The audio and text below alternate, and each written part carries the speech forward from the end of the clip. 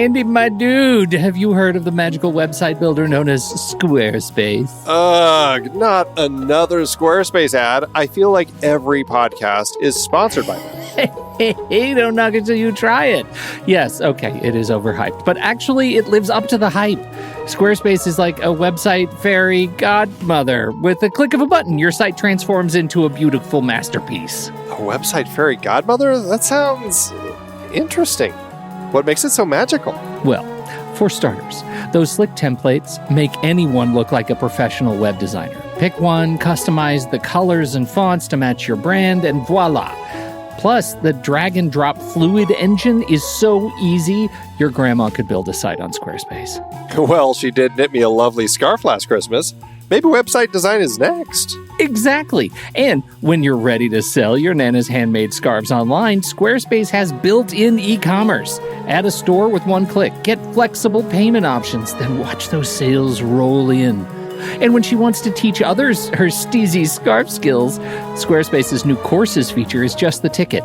Nana can set up her curriculum and enrollments and payments in a snap and become the next e-knitting influencer. Oh, wow, you really sold me with the grandma angle. Sign me up for that free trial. Just go to thenextreel.com/Squarespace and transform your site into a beautiful Squarespace masterpiece. Well, thanks, Pete. Even though it's overhyped, Squarespace actually sounds perfect for Nana's site's needs. Appreciate the warning on the ads, though. I'll brace myself next time I listen to a podcast. Anytime. Let me know if you need any help getting that site up and running.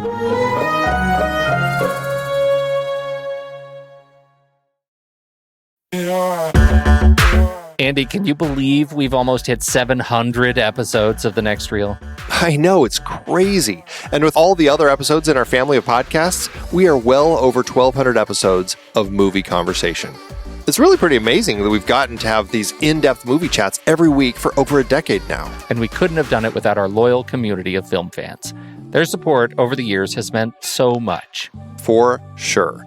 That reminds me, we should give the merch store a shout out. Buying shirts from thenextreel.com/merch is a great way listeners can continue to support the show. Plus, they get to sport our great designs.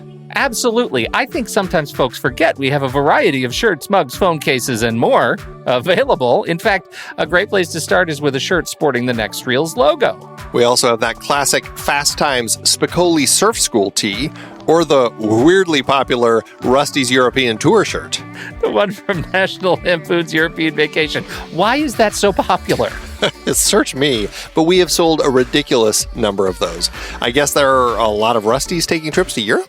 We're always adding new designs based on movies we've covered, like our brand new design for a streetcar named Desire, featuring a streetcar named Desire. So if you want to rep your love of TNR and films, head to thenextreel.com/merch. Every purchase helps us continue to have these weekly in-depth conversations. So visit thenextreel.com/merch today. And as always, thanks for listening and being a part of the Next Reel community. We've got lots more great movie chats coming your way. I'm Pete Wright. And I'm Andy Nelson. Welcome to The Next Reel. When the movie ends, our conversation begins. In just a matter of seconds, you're going to hear a classic episode of this show from back in the day when we called ourselves Movies We Like. It took us a while to settle into the show's format, so you'll notice some differences as you listen to these episodes. For instance, it takes us a bit of time to actually get into the conversation about the movie. Things like that. But we're still proud of the conversations about the movies themselves, and we think they're worth keeping in the library. So enjoy these episodes from our back catalog. And you can become part of our Discord community, learn more about the show, and find out how you can become a supporting member at thenextreel.com. So thank you, everybody, for downloading and listening to The Next Reel. We appreciate your time and attention, and we hope you enjoy the show.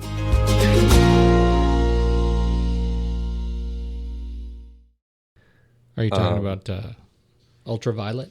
Ultraviolet, yeah, thank you. Yeah. What do you think of that? What do you think of Ultraviolet?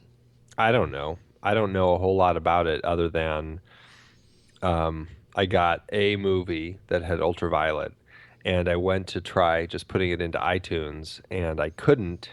I had to download this whole new program. You got to get the key. You got to enter the key. And then we have to enter a key anyway. It comes with the key inside, but that's the same as I'm getting a digital copy from another movie that I have. But it's all through a totally different program. It's this whole ultraviolet program or something that I don't know. I don't know. I haven't run into it all that much. I mean, I just don't. I've moved so much to the cloud, to streaming, to Netflix, to Hulu Plus, to iTunes, that I just don't run across physical media that much anymore. Here's an interesting. You follow the Louis C.K. thing? You see what he did? I heard what he did. I've never seen any of his stuff, but I did hear about that thing that he did, by him, or just self-distributed, basically, right? Yeah, he's a funny dude. Funny. Yeah. Oh man. So he says, I want to try some. There's a lot of hassle when it comes to releasing these things, and I think we can. I think we can make it hassle-free, and I think that if we put this thing together, this video, that I think if we put it together in a package where people can download it and have it, and it's cheap, they'll buy it. So he did it. He produced a full comedy special live at the Beacon Theater, and you go and there's just a button, and it says buy the thing via PayPal or Amazon, and you pay him $5. And what you get is you go to the download screen. So you can either stream it like 4 times, or you can download it 3 times or something like that. I mean, there's a limit of the number, just server load stuff. And it cost you. So you pay your $5. You get the link to download, and you can download both the DVD and the artwork. So if you have a DVD printer, you can actually print the disc art that they designed for the disc and the CD jewel case art, and make your own DVD. Or you can just drop it into iTunes with no restrictions, no regional restrictions. Download, play it wherever you want. Put it on your iPad, your iPhones. Put it on anything you want. No questions asked. And in the first 12 days, the guy made more than $1 million. Jeez. And really? At $5 a pop. And he wrote this fantastic blog post where he documented. He said, I'm not a guy who wakes up in the morning with $1 million suddenly. I'm just not that guy. So I'm going to document what we're doing with this $1 million, so kind of where you're. I don't see this as. He had this really great. God, man, I'm going to find it. Don't go anywhere. I don't want you to go anywhere. This is important. I really like the way he talks about this. So it's been a crazy 12 days. This is at louisck.net, and you click on news. It's been about 12 days since the thing started, and yesterday we hit the crazy number, $1 million. It's a lot of money, really, too much money. I've never had $1 million all of a sudden, and since we're all sharing this experience, and since it's really your money, I wanted to let you know what I'm doing with it. People are paying attention to what is going on with this thing. So I guess I want to set an example of what you can do if you all of a sudden have $1 million that people just gave to you directly because you told jokes. So I'm breaking the million into 4 pieces. The first $250K is going to pay back what the special cost to produce and the website to build. The second $250K is going back to my staff and the people who work for me on the special and on my show. I'm giving them a big fat bonus. The third $280K is going to a few different charities. They're all listed below.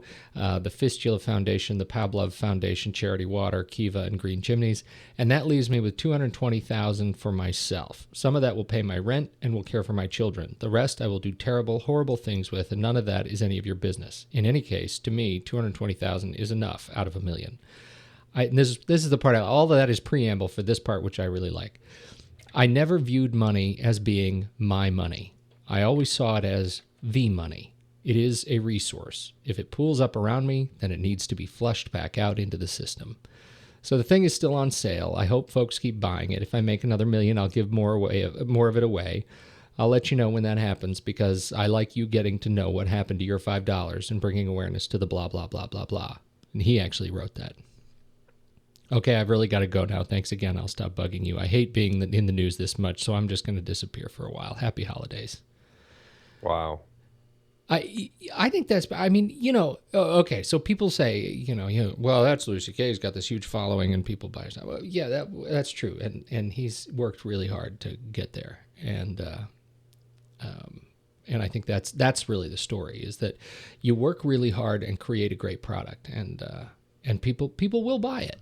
If you create great work, it doesn't matter whether you're a Louis C.K. scale or, Pete Wright, Andy Nelson scale. I will admit, I heard about it earlier this week, and it definitely piqued my curiosity. And like I said, I've never watched him before. He's funny. I haven't watched the special, but I downloaded it, and it's sitting on my iPad. It's ready for my. I'm leaving on a jet plane in like 6 hours, and I'm headed to Tulsa. So this is my plane viewing. Do you know if you'll be back again? Well, I am going to Tulsa, so I guess there is question. I may be stuck. No, that's it. You know what? Flying to Tulsa, it's like the Bermuda Triangle of the American frontier. You can't get there. You can't get there from here. That's what it feels like. You got to go. There are flights that take you to Atlanta to get back to Tulsa. Lots through Dallas, but to go to Denver, it's like go through Denver to get to Tulsa. It's like double the cost. It's already an expensive trip. I mean, it's there are some cities that American air travel has failed. Yeah. It's not a hub. It's not a hub. It's so not. And you know what's so sad about it? It used to be a hub. It was a major air hub in this country for really bringing business west. It's unbelievable what has happened. I got family. The Pan Am days. Yeah, seriously. And before I have family. I got family who is in the business. And they're very bitter right now. Old and bitter ex-pilots. And I'm going to go see them. So that's what I'm doing. I'm going to go see my old family there. Your old bitter ex-pilot family. Yeah. Right. Well, it'll be fun. It will be fun. I'm looking forward to it. Yeah. I'm really looking forward to talking about Benjamin Button. Well, before we get into that, should we talk about, are there any new trailers, any new exciting things that you want to talk about this week? You've just been busy. You got nothing. It's been busy. I did manage to watch Wes Anderson's new trailer. I only just saw that was out. I haven't even seen it. I saw it. I'll be honest. I've been less and less a fan of his the more movies he makes. What was the movie that turned you south on him? Oh, it was his first movie was like a first movie. I kind of always forget about that one. I don't even remember what it's called. But Rushmore and The Royal Tenenbaums I thought were just amazing. Yeah. And pretty much everything after that I haven't liked. Steve Zissou. I really didn't like that movie. That movie actually hurt my feelings. Because it's one, those movies that you feel like personally affronted because you feel like you have such a personal relationship with all the actors in the movie. That there was this script and this package that put these actors in a position that would make me not like them very much. Yeah, exactly. And even to me, even worse was Mr. Fox. We took our daughter to that. I was like, oh, this could be fun. Not fun for children. No, she thought it was a snoozer. Like, she was so bored, she was like roaming the aisles of the movie theater. My wife and I were just like... Nothing worse. Oh, I know. And my wife and I were just like, we were just trying to hold our eyelids open. We were so bored. I don't know why that got the acclaim it got, but, he's got his followers, and that's great. I didn't even bother seeing the Darjeeling Limited. I haven't seen it either. He lost me on those. Yeah, I kind of gave up. And so, the new one, Moonrise Kingdom, it looks a little more back to form. It's kind of kids and all that. But at the same time, I don't know. I'm starting to find his films a little like too clever. Yeah. Which sounds weird. I also saw Young Adult, the Diablo Cody written, Jason Reitman directed, Charlize Theron and Patton Oswalt starring. Performed film, which I also didn't like. I am, a lot of people really love Diablo Cody. I love Jason Reitman's films, except when he works with her. I will say about Juno, fantastic story. I like the story itself, but the characters really just kind of drove me nuts. I just like, it just all sounded so hokey. I just had a hard time buying into any of them. And this film I saw with a buddy, and afterward he's just like, I had the complete opposite reaction to this than you did to Juno. I felt the characters were interesting and the story was lacking, and I would agree with him. Charlize Theron is a terrible, awful, evil character, but she's great. It's a fantastic character. And Patton Oswalt deserves, I mean, if he got a Best Supporting Actor nomination for that, he would be completely deserving of it. He was just fantastic in the role. But the film was just, it was a snoozer. I did fall asleep, actually, for a part of it. So, Wow. I really didn't like it. So, did you see, speaking of the Diablo Cody catalog, so Juno, I wasn't crazy about it, which sort of bugs me because I'm usually pretty crazy about the Academy Award winning scripts. yeah, and I love good dialogue. Yeah. I mean, I do too. But just the overall sort of package of the movie, it just made me I just didn't like it. But then to follow up with like Jennifer's Body. Yeah, what happened? What happened to that? I don't know. I skipped that one. And you know what bothered me even more is that, and this is just, I don't know if this is, me being bitter or if this is just irritation about anything Diablo Cody wrote, but she was writing a guest, column in Entertainment Weekly periodically after all of that. And it was awful. They were all awful columns. And I was just like, and I wrote Entertainment Weekly several times telling them what a mistake they had made by having her, but they never printed any of my letters. But I termed it Diablo Codyitis, and everybody seemed to be infected with it except for me. And I don't know. That's really funny. It's terrible. I mean, there's plenty of people who love her. I shouldn't bash her so much, but she's just not for me. Well, you've made that clear. Have you seen Contagion? Not yet. No. I am the Matt Damon to Diablo Codyitis. I'm like one of the rare people who's completely immune to the disease. But everyone else in the world is getting it. I cannot wait to see that movie. Actually, it's a great movie. I watched the trailer with my kids just this weekend. Oh, there's a cheery one for it wasn't smart. It wasn't a smart thing to do. I'll tell you just as an aside that my kids and I we try to find series shows that are just fun because we don't watch a lot of TV. Like we don't watch TV in our house really. We don't have cable, and so the kids we usually find a show that's been on for a long time, and we sit. And my kids are 5 and 9, and so we find a show and we just invest in that show and we watch the whole storyline, the whole story arc. And the first time we started this with Wizards of Waverly Place, because that was their age. You lucky guy. It was. You know what? You go numb. You go numb. Yeah, that's true. After a while, and I'll tell you what I get a big kick out of it is the guest appearances that they get on that show. Yeah, they get like big name actors to do stupid stuff.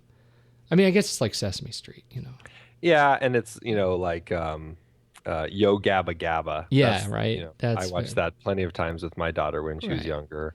Well, so yeah. It's the same. It's exactly the same thing. And so right now, my wife is in. She's been traveling this week, and so it's been me and the kids, and we decided to kick off Smallville season 1. Mm. Did you ever get into the Smallville? You into the Superman lore? I like the idea of it. Yeah.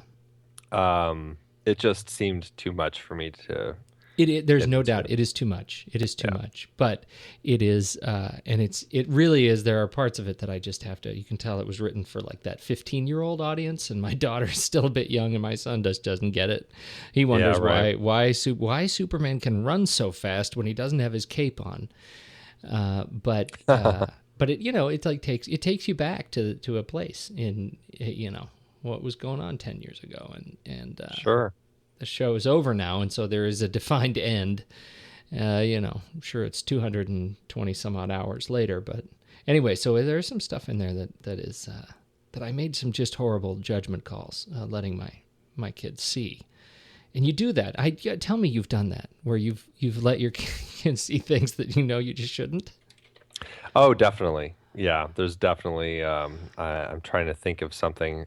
Well, yeah, like I talked about here on the show. Oh, brother, where art thou? Yeah. It's got some great, fun, old timey songs to sing, but then all of a sudden there's like KKK. Yeah, exactly. It's like, oh, let's look at something else. We tried Buffy the Vampire Slayer. I am I'll tell you, bigger than small. I was a huge Buffy the Vampire Slayer fan. I thought that show was so clever. And really, from the very beginning, I was a big fan of Joss Whedon. And so, yeah, and like you said, great dialogue, and so it's packaged in this weird kind of, meme that sort of created itself. But I really loved the dialogue. And so I turned on episode 1, season 1, S1E1. Mm-hmm. And I'm watching it with my daughter. And it's these two kids, they break into the school, these high school kids, and there's this, the cute girl, and she's in her little schoolgirl outfit, and there's a little cute blonde, and she's so, like, oh, I'm so scared, I hear noises. And the guy's like, do you really hear noises? And oh yeah, I hear noises. Are you sure you hear noises? And my daughter's like, oh my God, he's a vampire. Is she gonna slay him? She better slay him. And she says, are you sure you don't hear noises? I don't hear noises. And then the blonde schoolgirl turns around, and her face is this horrific face of a vampire, and then she proceeds to eat the boy's face. Of course. And it happens so fast before you can even make a move. And my daughter's like, she just throws her body onto my head and shoulders it was like an old Tom and Jerry, where the cat just jumps on somebody's head and just sits there. And I realized that I had caused a little, I don't know what's. Little grand mal seizure in my poor daughter, who will be scarred for life. Yeah. I remember my dad did that to me. Did I ever told this story? My dad did that to me with The Shining. Oh wow, there's a brutal one. No, it wasn't The Shining, not The Shining. It was Salem's Lot. It That's scary it was too. Mr. Blue. I remember. I will never forget that. He ruined me for years with Mr. Blue. And with the kid against the window, the tap. Oh my God! When he let me in, let me in. Oh my God, that was terrible. That was scary. I was I was on a road trip or something with my dad, and he would watch late night movies while we were sleeping. And I remember he thought I was sleeping, and he was watching John Carpenter's The Thing. And he didn't know I was awake, and I probably should not have been watching that movie at the time. And I was terrified. I mean, just like watching when the doctor's trying to revive the guy, and he goes and pushes his hands down, and the guy's chest opens up like a big mouth, and like eats his arms off. And everything. That's horrible. That's horrible. Oh, yeah, I doubt I slept that night. I highly doubt it. Oh no, you're a vegetable. Yeah. And it's that sense of fear. Where you just can't move, but someone's in the room with you. Right. And you can't move. That's horrible. Man, I'm glad I'm a grown-up.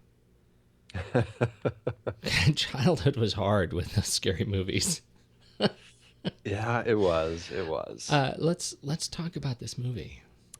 Yeah, let's talk about this. This is the movie that gave us the the idea for our it's the I don't know. There's something about this that we have to work the word eponymous in. It's the eponymous David Fincher movie, Benjamin Button movie review.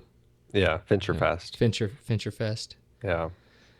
Right. Yeah, it's good. Benjamin Button. This was a good movie. So, Curious Case of Benjamin Button. This was. See, we're doing this in review in reverse order. So, what number film is this chronologically? This was his fifth. No, this film? is his seventh. This was his seventh major film. Yeah, because Girl with the Dragon Tattoo is his ninth. His ninth. That's right. Yeah. So it was based on a short story by F. Scott Fitzgerald. Did you read the story? Have you read the story? Did you ever have to come across the story? I never have. I do remember reading something about it, talking about how it was kind of a very different story to this. It was much more a. I was trying to I think of think. the Well, I think when word. he's born, he actually is like a big adult, right? Yeah, Like a big yeah. old man. Yes, he is a 70-year-old man, Yeah, and size and all, not able to like baby-sized little old man, exactly right? no able to speak. He is a yeah, he is right. And he goes to school as a 5-year-old. He goes to kindergarten, but he is a full-grown 70-year. Well, at least that's the interpretation that I sort of walked out with, or walked out when I read the short story in the theater. That I walk away. My memory is that he was a full-grown person. The in general, I don't think it's sort of hard to compare the short story to the Fincher film. I've been trying to think of the word that sort of describes to me the genesis of the Fincher film from the movie. It's not treatment. That the short story wouldn't necessarily serve as a treatment. For the film, but it is a short story, and what remains true of the short story is the reverse aging, Benjamin Button's name, and the title. Really, I mean, otherwise it's the old man born reverse aging. Everything else was pretty much Is there a daisy? manufactured. Is there a daisy? No, not that I remember.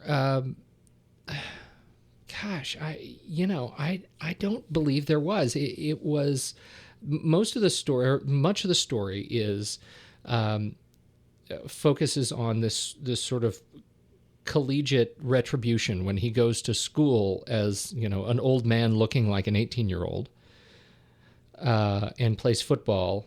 He goes to Harvard and gets revenge against Yale for another bit of disquiet in the story, and then he, as he gets old during his college experience, he gets older and is and more feeble and can't handle the load. So he moves in.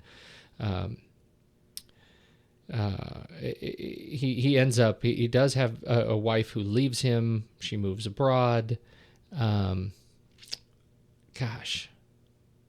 Yeah, it ends up with him. What I like about the way the short story ends, I think, which I think Fincher captures well, is that there's this moment where everything fades to darkness, Mm-hmm.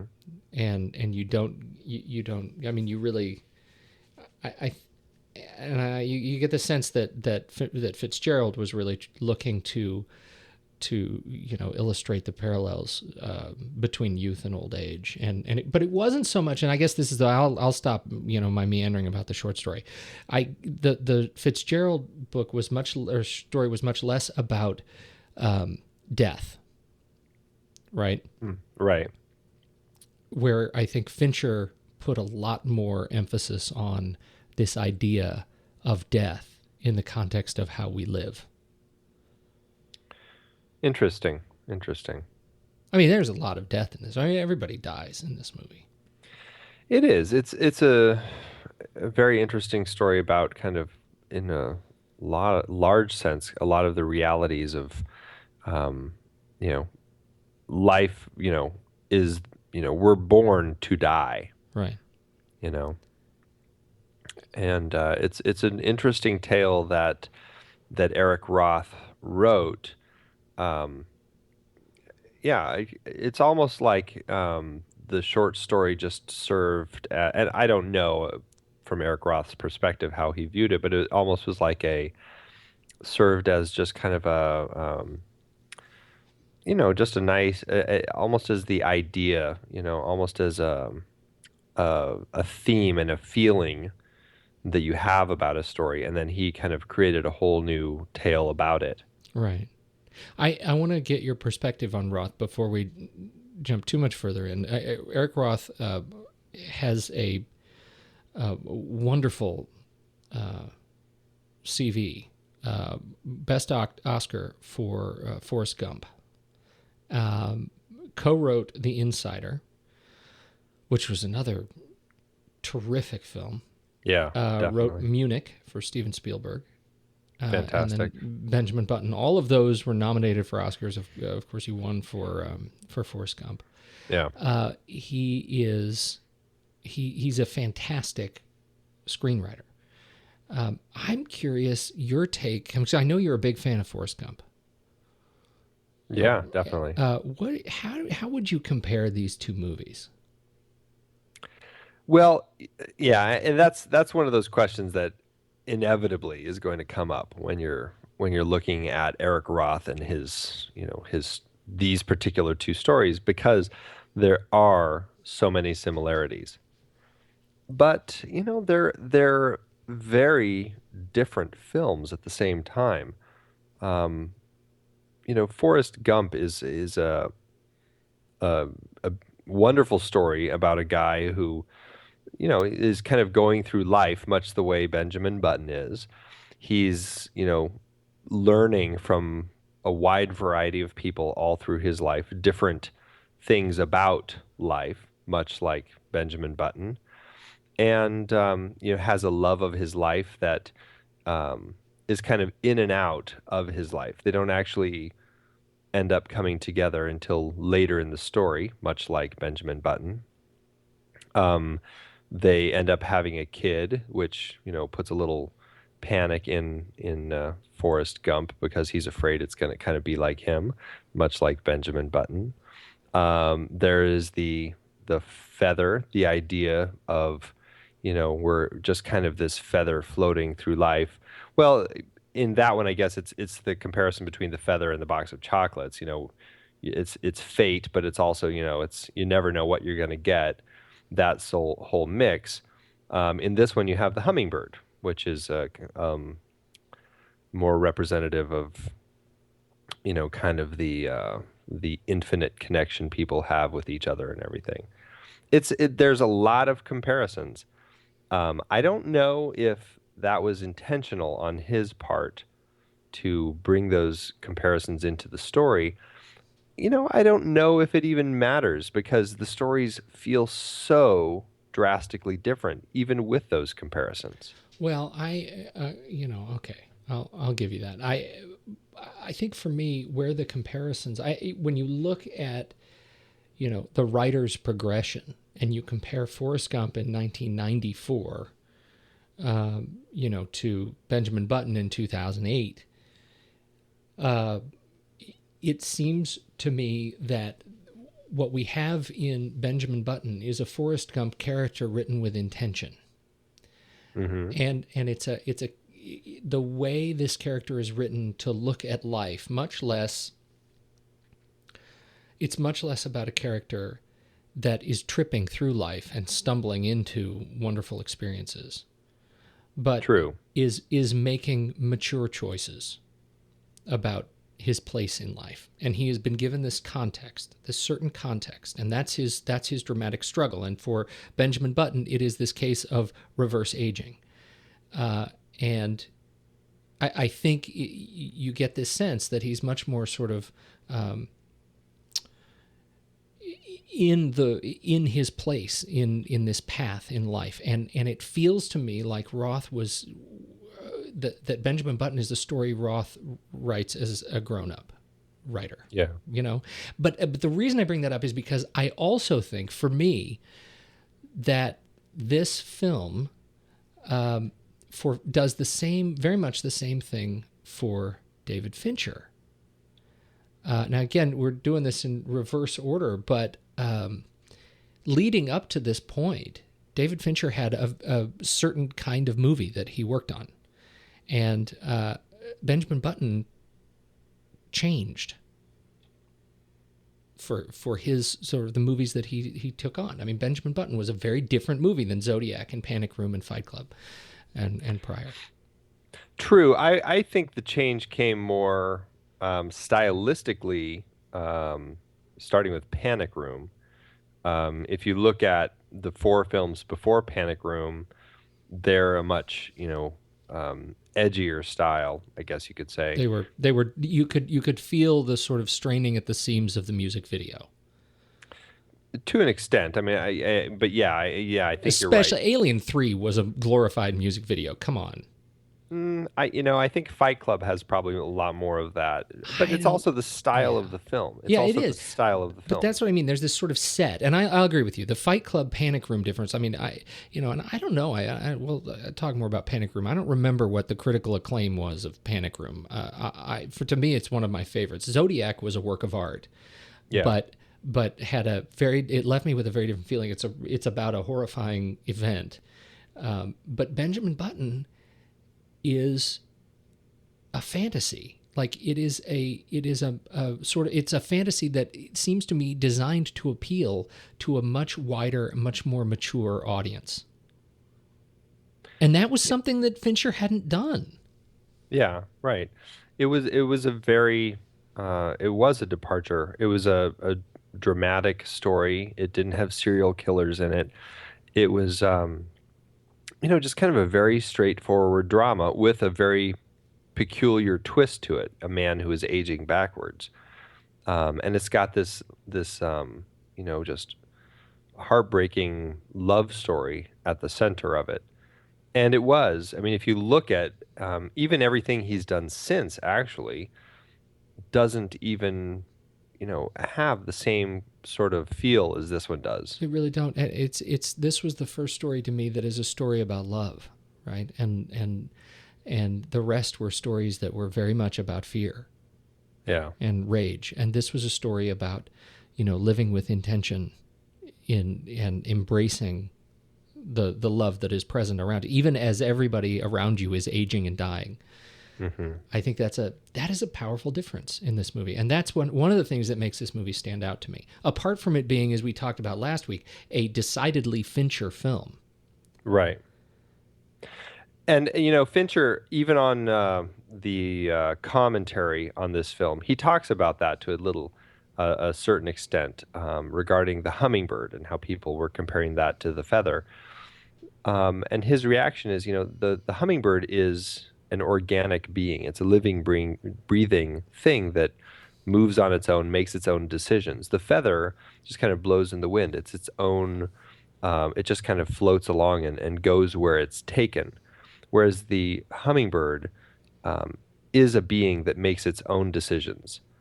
So, I mean, that right there, I think, is exactly what you're saying about this film and how in Forrest Gump, he just kind of went along wherever things went and kind of fell into things and had a lot of really interesting stories to tell from it and learned a lot. This one, it's a lot more Benjamin making decisions, doing things, Daisy making decisions, doing things, how their lives interweave. But it's all choices, very Definite.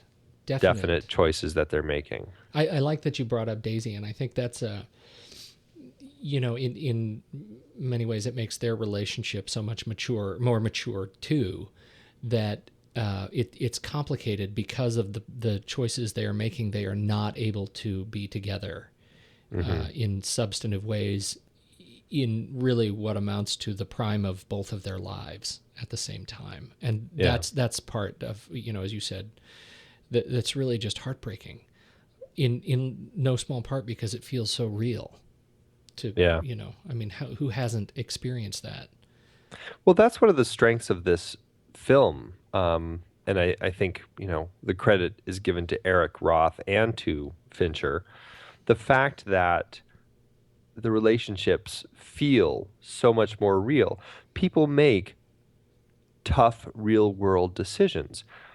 Decisions to leave, decisions to stay, decisions to let somebody, do something that might be hurtful or and not react in a certain way, like the scene when Benjamin, after he's feeling really guilty about having a child and he just doesn't want to burden Daisy and his daughter Caroline as she grows bigger and he continues growing older, when he sneaks out in the middle of the night and Daisy wakes up and looks at him and he kind of looks at her and they have that exchange of just looks and then he still leaves. It's really it's very painful. And at that moment you could kind of almost side with him or her, it's like, you really are not happy with him that he's leaving, but at the same time, you're not happy with her either for really not saying anything,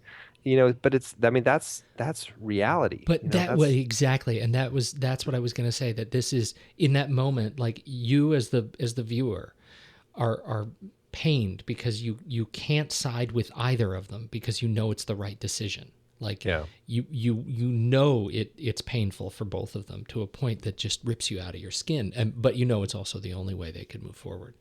Right. No, it's fantastic.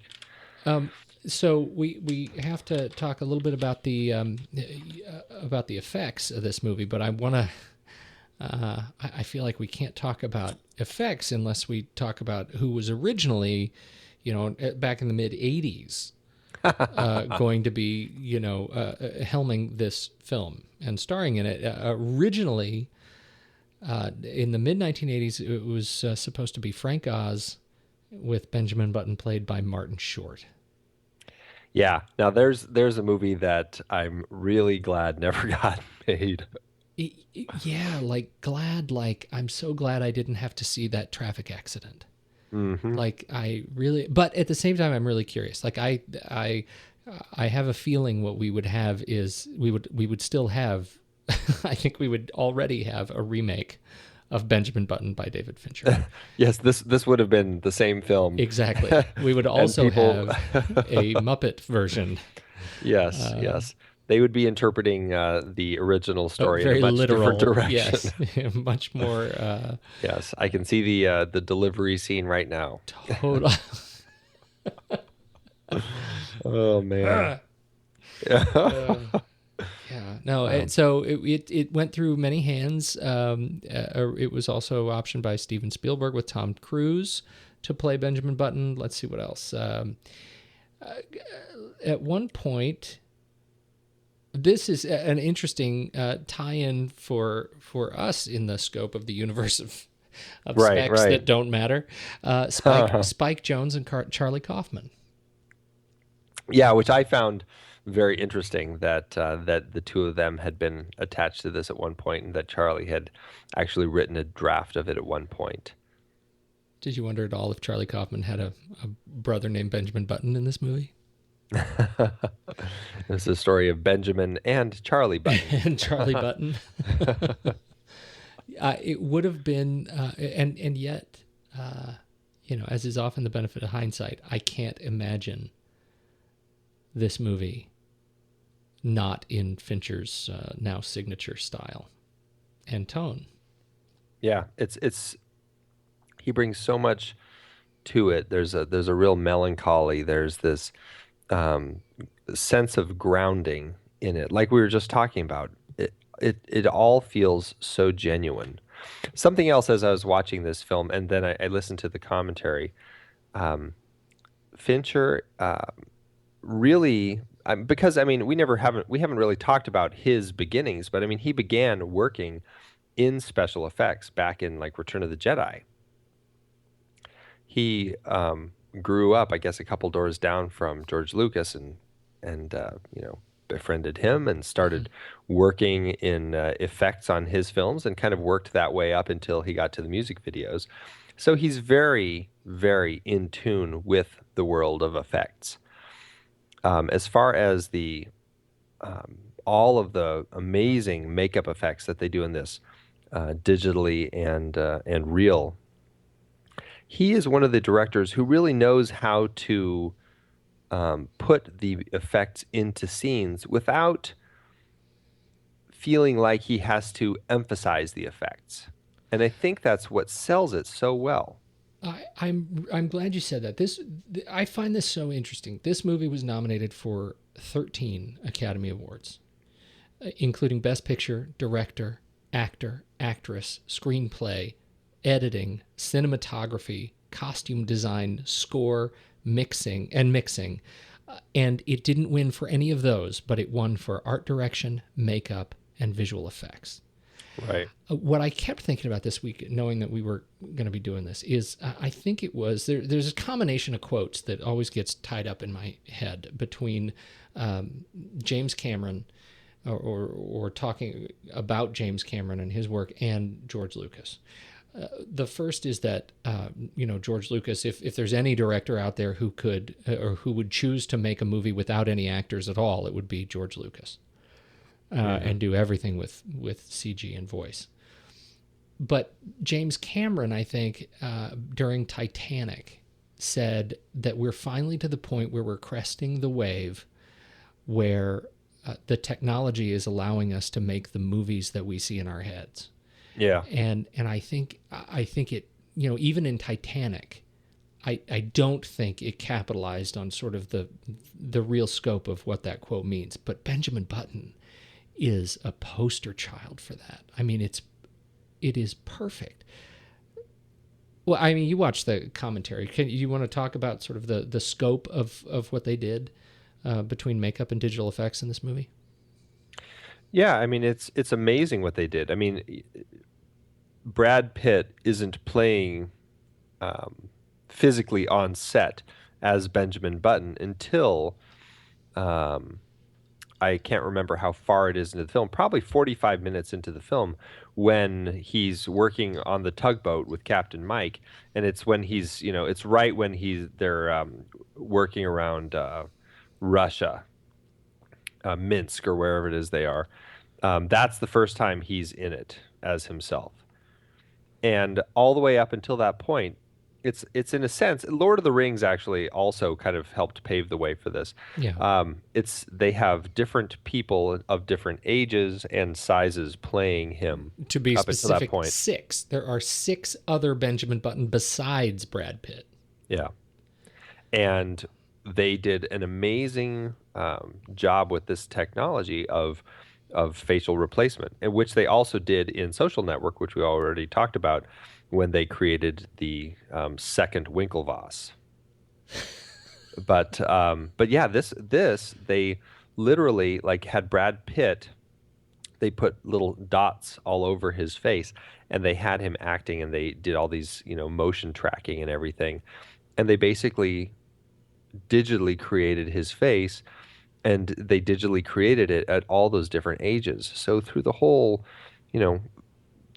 first portion of the film, 45 minutes or so, yeah, it's him at all these different, just doing all this amazing technical acting where he's not even on set. He's, for all intents and purposes, acting in a little tiny room, and they're basically copying his face and then putting it in there.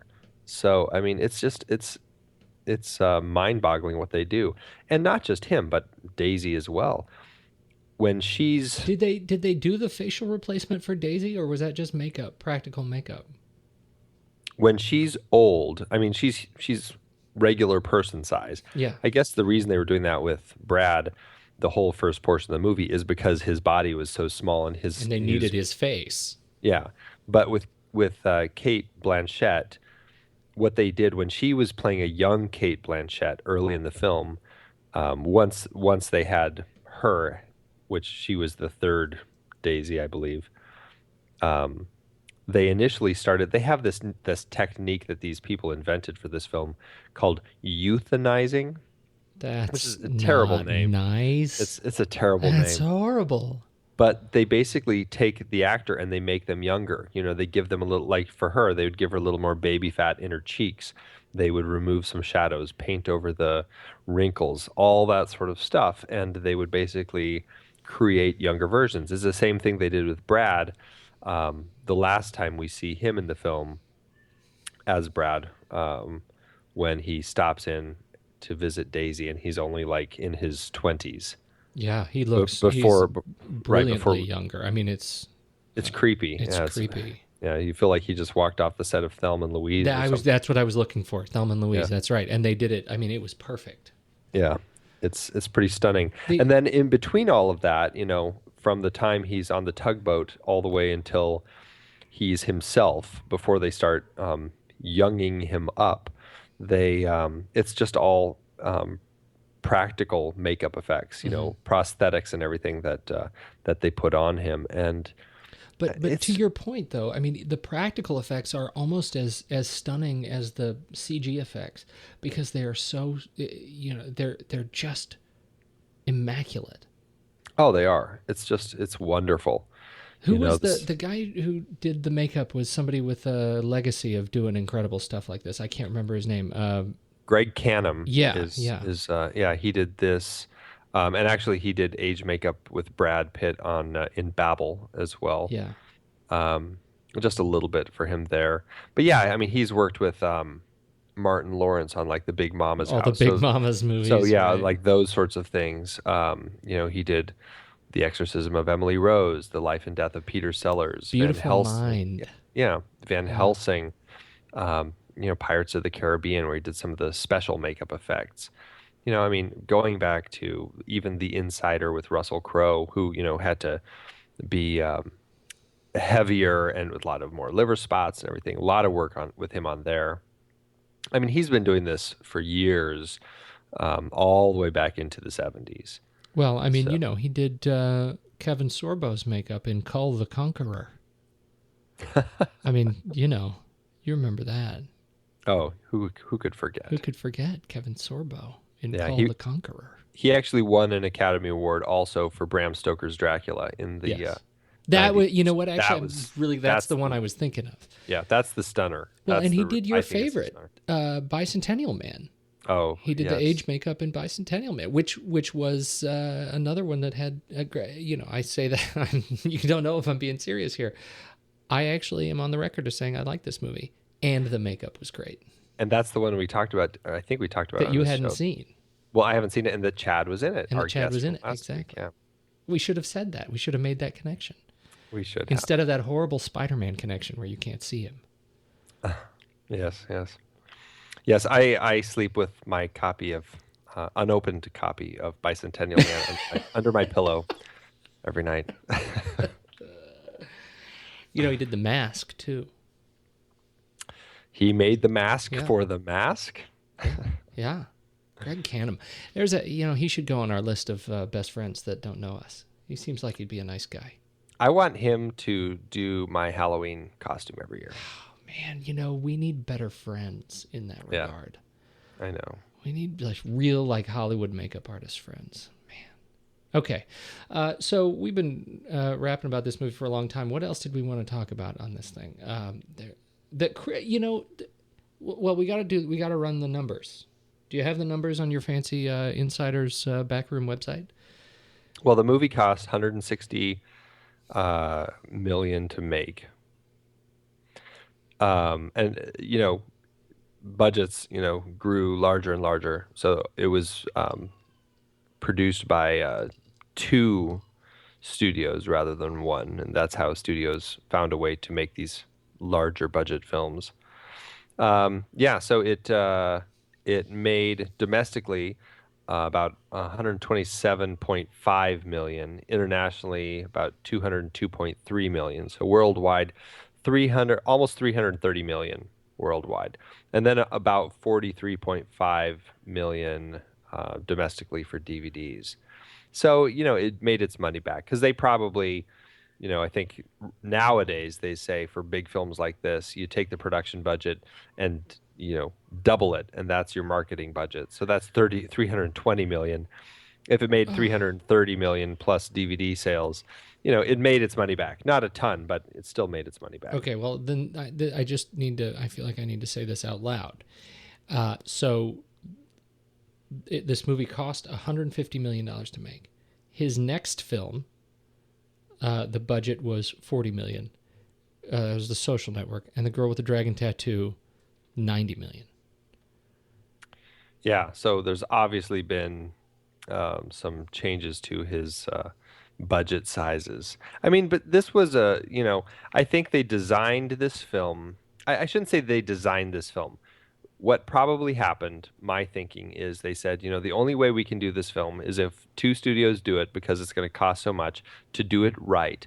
And we really have to this is me talking as a studio head, we really have to do what we can to work this into the awards season, so that that's going to really help carry it and help us get that money back. Right, and they made their money back. I mean, that's great. Yeah, but this was, and I haven't looked up, but the Panic Room budget was 48, and Zodiac was 65, and so this is Fincher going from 65 to $150 million. Yeah. That's man. That's a lot of pressure.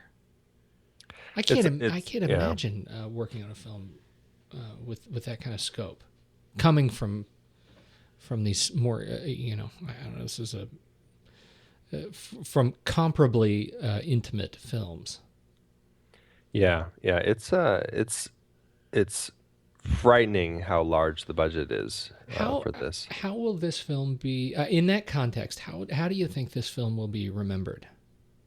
Beyond people like us who are aficionados. I hope this film is remembered. I think it's an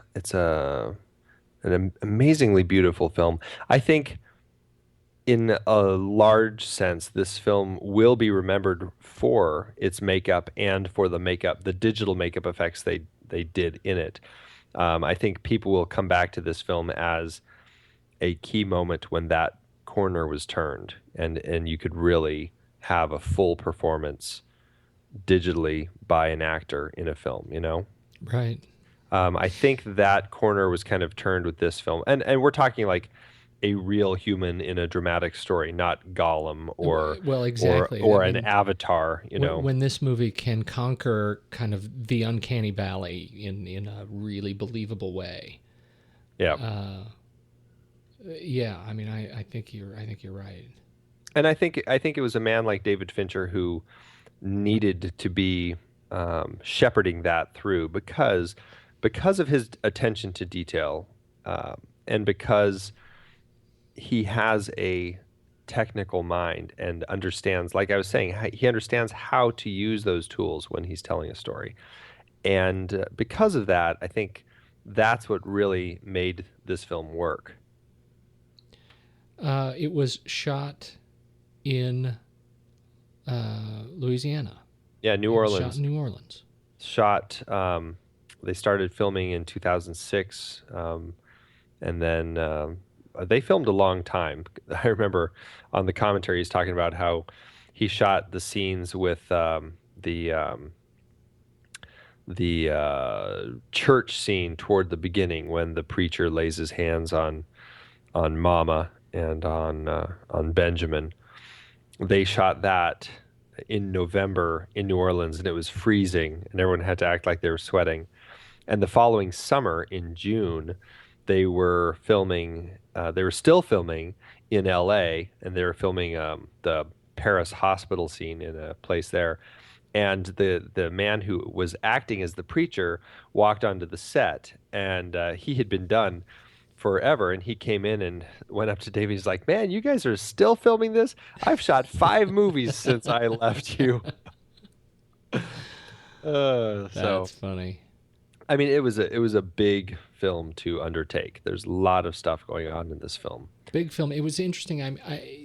So the film opens and closes around the Great Storm, which around the Great Storm. Well, it's actually, I think what's interesting. Here, you finish what you're saying, and then I'll. Well, and because I don't have the benefit of the commentary. So if you know something, then interrupt me. But my sense is, I get the feeling that he and I feel like I read in research that he chose New Orleans in large part because of the breaks that he got to film there, to bring the production there and spend the kind of money he did during the recovery from Hurricane Katrina. Mm-hmm. And that the film was set then in the opening, sort of the real-time scenes were actually set sort of as an homage to Katrina, since it was in New Orleans. That was the storm we are to assume that it was Katrina that they're bracing themselves for. Well, they mentioned it in the film that it's Katrina. Did You I? see the news. They You see did. the news. You look at the TV a few times when you're in the hospital, See, clearly I and wasn't you see watching. Clearly, you see the Katrina. Well, yeah, that's because you watch everything on those little tiny screens. don't you are, man? You're like a, what is the word for you? Some sort of a Snot. technology bigot. I'm a snot. I think you are a little Yep. bit. I am. I'm a clinger. I cling to the old methods. Did you watch this movie on Laserdisc? Ah, Is that good? Is that good because there it's you true? go. There you go. Okay. Yeah, So what were you yeah. going to say then about now? Since I missed a key plot point. It's no, you didn't. But well, you did miss the Katrina thing. But it's actually two framing devices, which I think is interesting, that end up tying together nicely. It's the framing device of Daisy on her deathbed with her daughter, in the hospital during Katrina, and then it's also the framing device of what's his name, Mr. Gatto, the clockmaker, who Right. makes the clock that ticks backward, which is a really interesting, completely unrelated to the story, a very interesting framing device that also just kind of, I think, sets kind of the tone for the film. What he says about, making this clock that ticks backward and how maybe it can help, bring back his son from the war and things like that. I mean, it's a really beautiful little story that he tells there in the train station. And then this clock ends up coming back at the end, and it's the very last image of the film as you see the clock now in storage, still ticking backward, and the flood coming in to flood the room. So it was just such an elegant close to this fantasy. Yeah. Really a beautiful story, and it's one, it took me. I didn't see this in the theater. It took me a long time to see this movie, and I don't know why. And that's sort of why I asked the question. How do you think this movie will be remembered? It was hard for me to get into. I felt like I'm going to need to be in a mood to go see this movie. It's not an easy movie. It's not an easy movie. I mean, it's easier than some, but it is a slow-paced film. It's not. It's 2 hours and 40 minutes or something. 2 hours, Yeah, 40 like minutes, 2:45, something like that. Yeah, it's a serious It's long. film.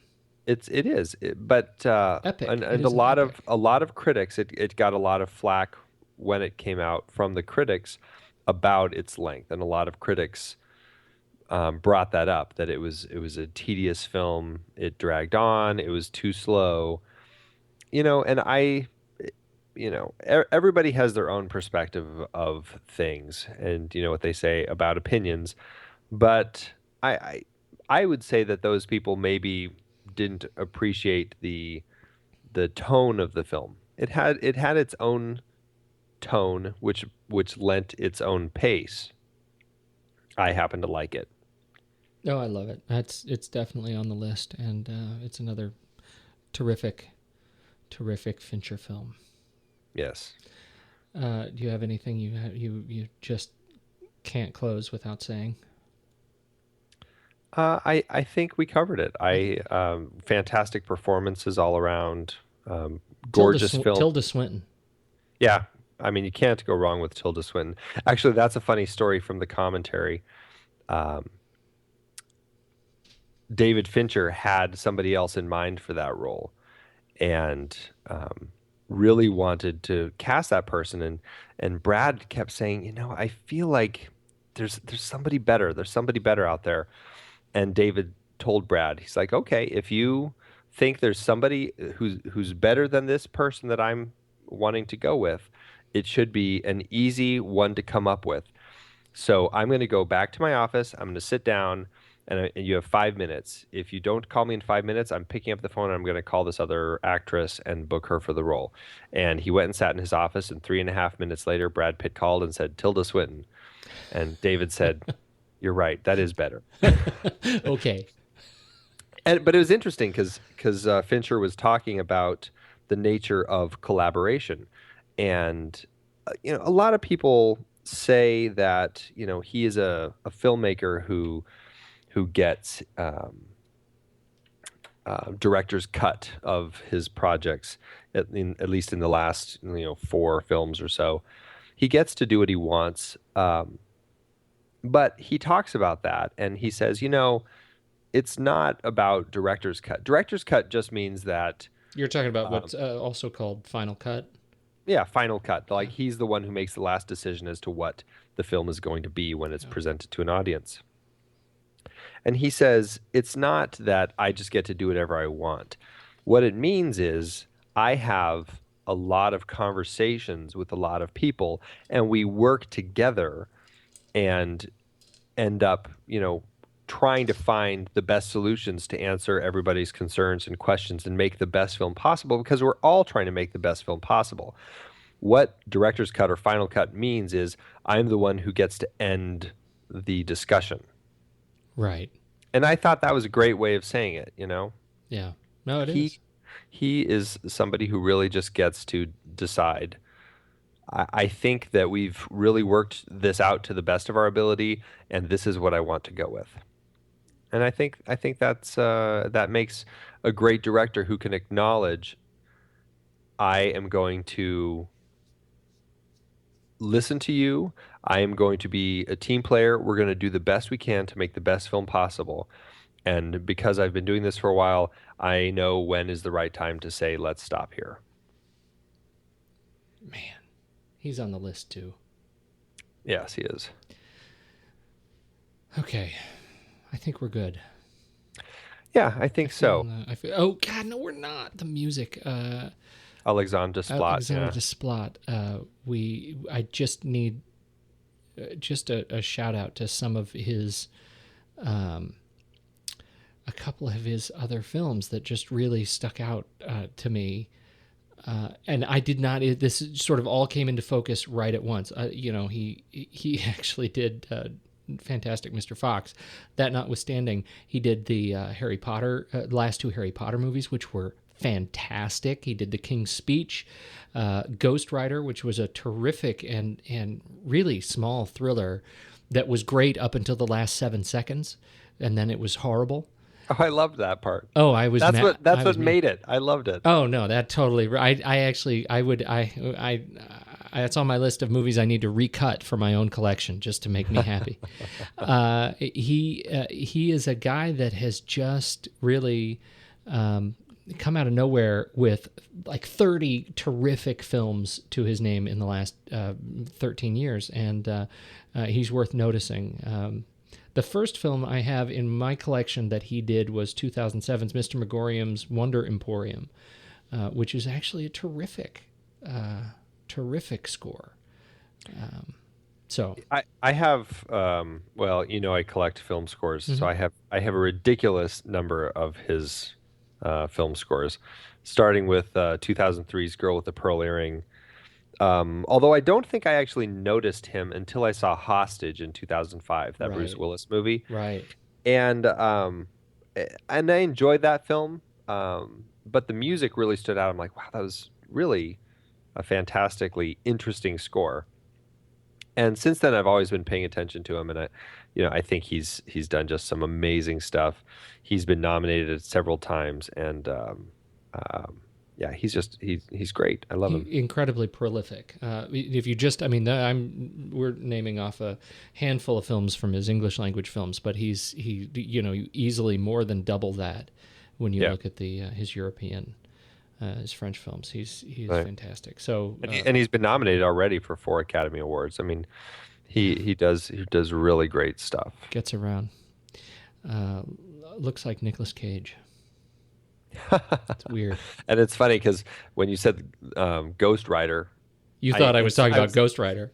Well, I knew you were talking about the Ghost Writer, but it just instantly put Nicolas Cage in my head. So it's kind of funny that you said that. So great film and great composer. And it's interesting. It's the only time that Fincher has worked with Desplat. And I hope they work together again. The music really brought a lot to this film because he didn't make it a love story. It wasn't just about the love connection between Benjamin and Daisy, but it also was about the melancholy of opportunities and missed opportunities and life and death. And there's a lot going on with the music. It's just a beautiful score to listen to.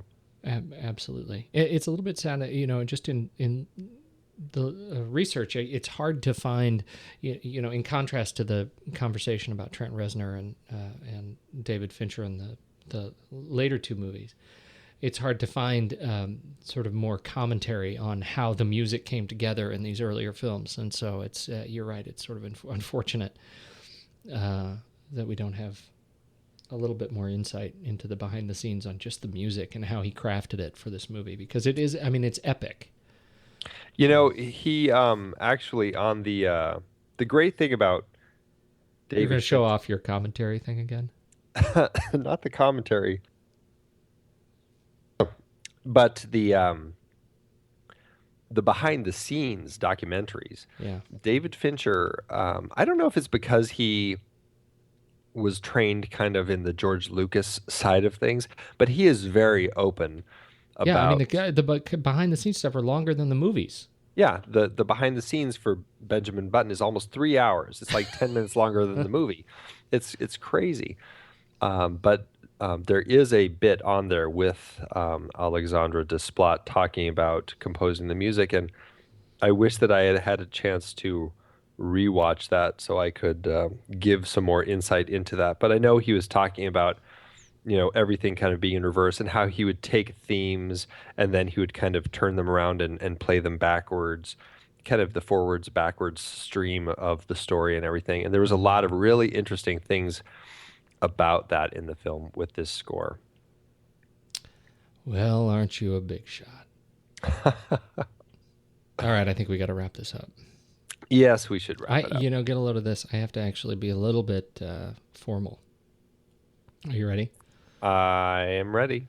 You can now hear our show on Stitcher Smart Radio. Stitcher allows you to listen to your favorite shows directly from your iPhone, Android phone, Kindle Fire, your fancy new Kindle Fire if you're a Kindle person, BlackBerry if you still have that, or Palm phone, on demand, on the go. Don't have Stitcher? You can download it for free at Stitcher.com or in the app stores. Stitcher Smart Radio, the smarter way to listen to radio. We put all the Rash Pixel shows in Stitcher where we're going. The first 3 are in there. The rest of them are on the way, along with the archive shows with Acoustic Conversations and Beer 30 Live. And so if anybody who's listening to this show who happens to be a Stitcher user, Stitcher's great, man. You get your podcasts and your news and talk, and you get it in your car. If you have a Ford or a GM, you can get it in your car. It's a great system, and it just keeps growing with great content and a great app. So check out Stitcher Smart Radio, and just search for either Movies We Like or Rash Pixel, and you can find the shows there. And so I guess then the other formalities, rashpixel.com/MWL, Movies We Like, MWL. Yep. You can find the website for the show. And where do they follow you, Andy? They can. Do you want people to follow you on the Twitter? They can at, what is it? At the Movie Monkey. The Movie Monkey. Yeah. And I'm at Pete Wright. And, I've been pretty busy on Facebook lately, which is just facebook.com/Pete Wright, or Google+. We're all on Google+, same thing. Search for Pete Wright. And so, or Rash Pixel, or Andy Nelson. Are you just Andy Nelson? On what? On Google+ and Facebook? I don't know how you get a name like that on your... I don't on Google+, I don't know. You're right. That's funny. I feel completely technologically ignorant when I'm talking to you about these things. You'll have to show me. I could do that. I could help you out. I'm going to do that. You're going to be my cause célèbre for social media. Wonderful. That's what we're going to do. It'll be a project. Sounds like fun. And that was the end, wasn't it? I sort of felt like we should break into song just then.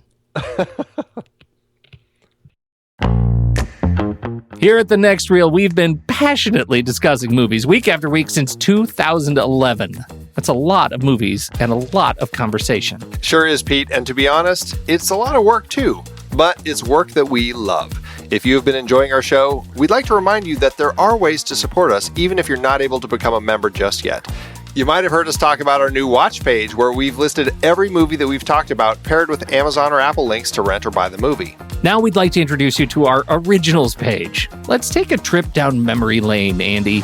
Do you remember what the first film we discussed on The Next Reel was that was an adaptation? Well, let's see. It wasn't obviously our Indiana Jones series because those were all original. Then we did Charlie Kaufman. Oh, of course. It was adaptation from Susan Orlean's Orchid Thief.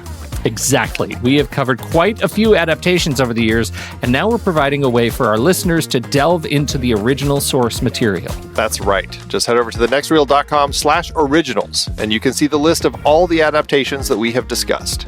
From our David Fincher series, featuring The Girl with the Dragon Tattoo, The Social Network, Zodiac, Benjamin Button, and Fight Club. To our Paranoia trilogy with The Parallax View and All the President's Men, we have covered a variety of adaptations. Those were some great discussions, especially Fight Club. And let's not forget our baseball series with The Natural and Field of Dreams, adapted from Shoeless Joe. And Up in the Air and Thank You for Smoking. So many memorable conversations. Absolutely. And you know what's exciting? Each purchase you make through our links doesn't cost you any extra, but a percentage goes to support The Next Reel and our family of shows. You can support us while diving deeper into these fantastic stories, whether it's the paper, audiobook, or Kindle version. We've also included plays and movies. If they were the source, we've put it on there. So what are you waiting for? Head to thenextreel.com/originals, support The Next Reel, and get your next great read today. I'm off to reread Fight Club. Now, where did I put my Kindle?